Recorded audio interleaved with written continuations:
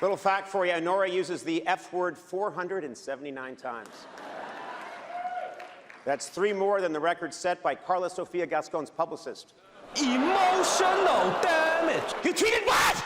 Yes, the Oscars, the biggest night when it comes to film. Now, what did I think of the Academy Awards this year? Well, I hated it. At first. Flashback to Sunday night, we're all dressed up for the occasion, turned on Hulu, and guess what? No Oscars. Yeah, I was pissed. But it was partially my fault. I thought they would put the Oscars on Hulu right after the live broadcast, but I had to wait until the next day to watch the entire ceremony. So when I saw it the next day, I was definitely in a better mood. I thought this year's Oscars were good. Not great though. I'm glad each film got their moment in the spotlight and it wasn't just a clean sweep. Here's just a quick breakdown of all the winners because I might not cover every film in this video. Hands down, by far the best part of the night was the new host, Conan O'Brien. Oh my gosh, what a breath of fresh air. Look, I've always liked Conan, whether it was his late night show, Conan on TBS, or even his most recent podcast called Conan O'Brien Needs a Friend. He just has this certain quality that even when a joke is considered mean, it doesn't come off with some sort of malicious intent. Unlike a certain individual, also Conan can make jokes at his own expense and play it off beautifully, or have someone else do it for him. This is never gonna happen, but Conan O'Brien should host the Oscars every year. His style of humor and his ability to craft different bits just suits the Oscars so well. Conan also had his own singing performance, which I thought was great in comparison to some very mixed singing performances this year. Starting off the show with a performance by both Cynthia Erivo and Ariana Grande from Wicked. Defying Gravity was definitely a highlight, but I thought we were going to do songs that actually are featured in the movie. I guess The Wizard of Oz and The Wiz are directly related to Wicked, but still, the whole James Bond tribute felt like it was in the wrong year. Do you remember a Bond film coming out this year, Academy? I know we're celebrating the legacy of Barbara and Michael Broccoli, but you couldn't wait for another Bond film to come out, or at least the next Prime exclusive. However, I did like how Halle Berry described the franchise as every generation has their own Bond. Every song was chosen from a different era of Bond. It's just too bad that these songs couldn't be sung by the artists that made them popular in the first place. Like, you guys are the Oscars. You couldn't get Paul McCartney, Shirley Bassey, and Adele. Instead, we have to have popular artists like Lisa, Doja Cat, and Ray to cover them. It was just such a missed opportunity. I think the best musical performance of the night was Queen Latifah singing Ease on Down the Road from The Wiz. Some of the best performances from the Oscars have brought a lively energy to the room. Think of RRR and Ryan Gosling singing I'm Just Ken. The performance was also a tribute to the late Quincy Jones, who discovered Whoopi Goldberg and Oprah Winfrey for The Color Purple. When we talk about Black excellence, we're talking about Quincy. One of the most heartfelt moments of the night was the legendary Morgan Freeman walking on stage and talking about his late friend and colleague Gene Hackman. Gene Hackman was a giant in the industry, and most people remember him as Lex Luthor from the first Superman film.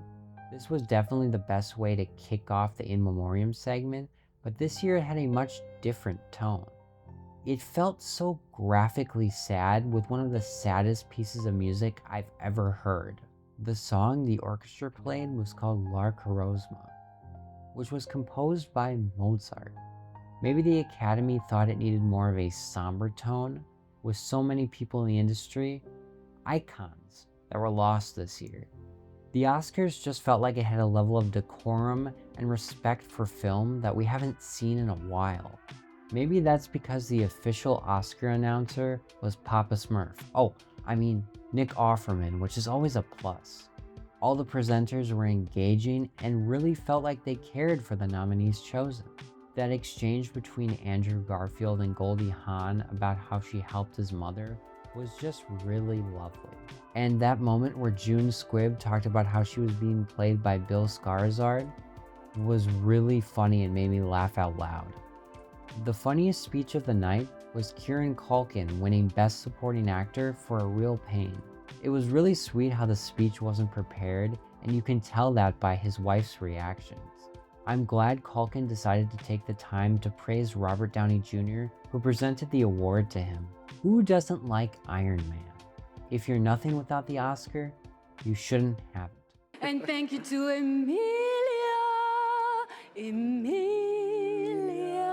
Emilia Perez, nominated for an astounding 13 Oscars.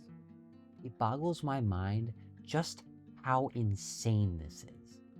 There's a reality out there where Emilia Perez could have joined the likes of Titanic or Lord of the Rings. Emilia Perez went home with 2 Oscars, Best Supporting Actress and Best Song, and that was too many.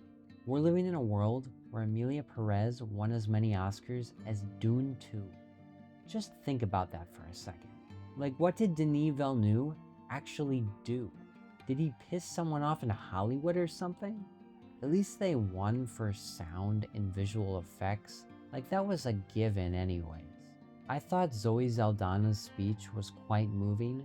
It was just for the wrong movie. Thank you to the Academy for recognizing the quiet heroism and the power in a woman like Rita. Zoe Saldana's character Rita is a major lawyer that takes money from a notorious cartel boss. What a relatable character. Emilia Perez, the character the film's named after, probably killed thousands of people, and I'm supposed to be rooting for them? If you're gonna make a movie with the main premise of transitioning, couldn't you literally pick anything else? Okay, on top of that, Emilia Perez wins Best Song, El Mal.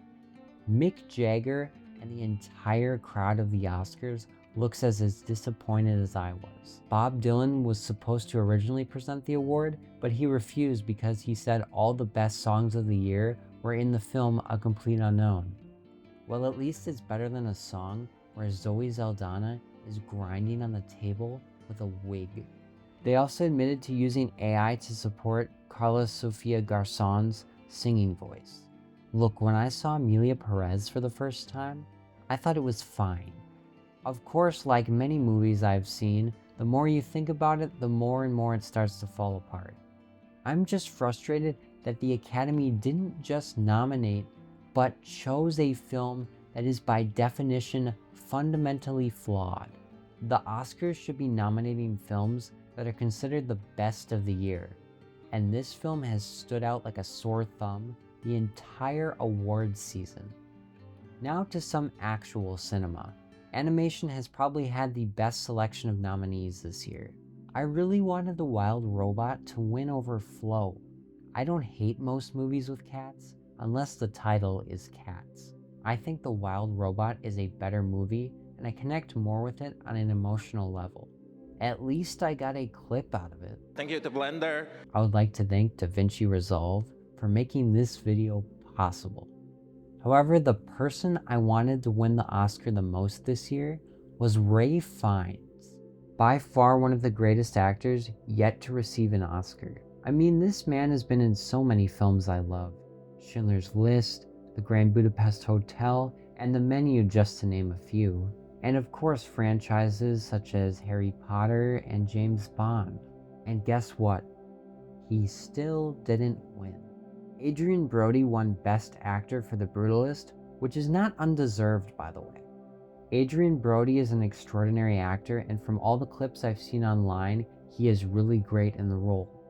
I would have watched The Brutalist if it wasn't 3 hours and 35 minutes, which is almost as long as his acceptance speech. There's so many people to thank. I will really try and be as brief as possible. He was not brief. Before even grabbing the award, Adrien Brody realized he had gum in his mouth.